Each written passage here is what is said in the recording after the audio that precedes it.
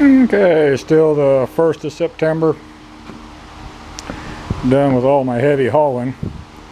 This is the design of the retaining wall block I chose. Now the first thing you're going to say is, why is there two different colors? Glad you asked. I needed 265 blocks. I asked the kid pulling the inventory, are you sure you got 265 in stock? Yep. Well, he didn't. So I had to haul the first skid. They wouldn't double stack them. The port truck couldn't pick it up. So I left, brought those up here, went back to get the rest of them, and they were short 13. I don't think they were going to tell me. So, what did I have to do? Go to the alternate color.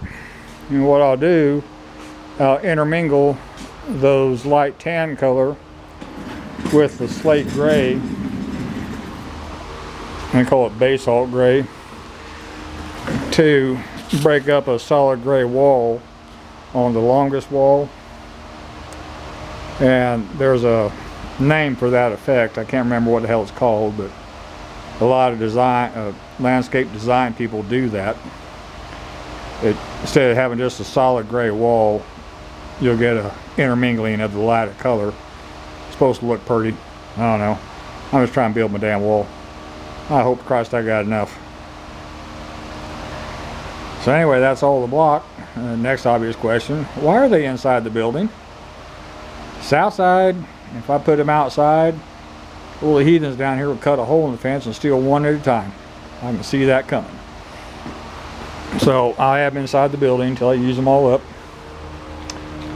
And then I needed some aggregate to make the bed for these things to sit on. This is what Sacrete calls crushed 3/4 gravel. It's actually exactly what I need. It will compact. If it was straight 3/4 rock or a rounded edge rock instead of a sharp edge rock, pea gravel, anything like that, it don't compact worth a damn. This, you can tamp it in place and it will hold. And I'm going to do something a little different too. All the instructions say just set it on the gravel bed. I think I'm going to butter it with some mortar mix. Not so much as to lay the block, but to give it some adhesion to that crushed gravel, and also make it easier to level the block. And a little, I don't know, 3/8, maybe up to, maybe even a 1/2 inch bead or bed of just regular old type N mortar might make my life pretty easy.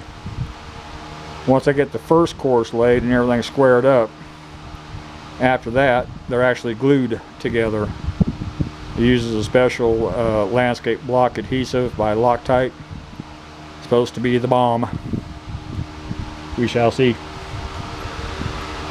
And back to those gray blocks being short on inventory. The inventory showed they had enough. And I went to get the other 13. I said, well, just throw on 13 of these. I said, well, that will throw off your inventory. I said, not to point out the obvious, but your inventory was already wrong. But okay. So I go up to customer service. 3 people. Finally got up to the manager. 3 people to figure out what the heck I was trying to do.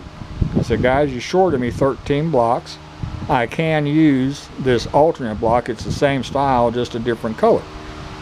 So I just need to add 13 of those to my order.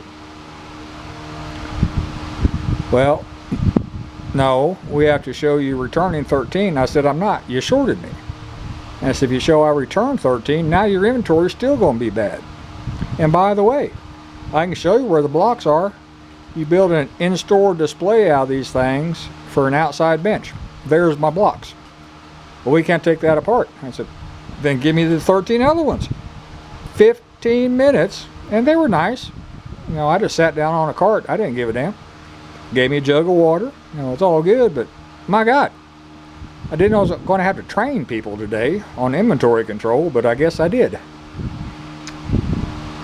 But anyway, got to use my Doosan to unload everything, and people question why I need a fork truck. Well, now you know. I use that thing a lot, and it just comes in handy. And if I got to rent one, it's $500 a day. If they have one available for rent, if it's not a piece of junk, if it will run and move when they deliver it, a lot of ifs. Or use my little Doosan that I got way, way below what it should have sold for. I got a deal on that Doosan. And it's got a little Cummins diesel in it, and I carry diesel, 100 gallons of it in the bed of my truck. So refueling is not a problem. One of the better things I bought. When I go to lay the block, I'll pull a skid at a time outside and get it closer to the bed, and that's how I'll do that. I still have to haul one at a time to lay them, but that ain't nothing. So anyway, I am tired, and it's time to go home, so that's all for this one. Thank you.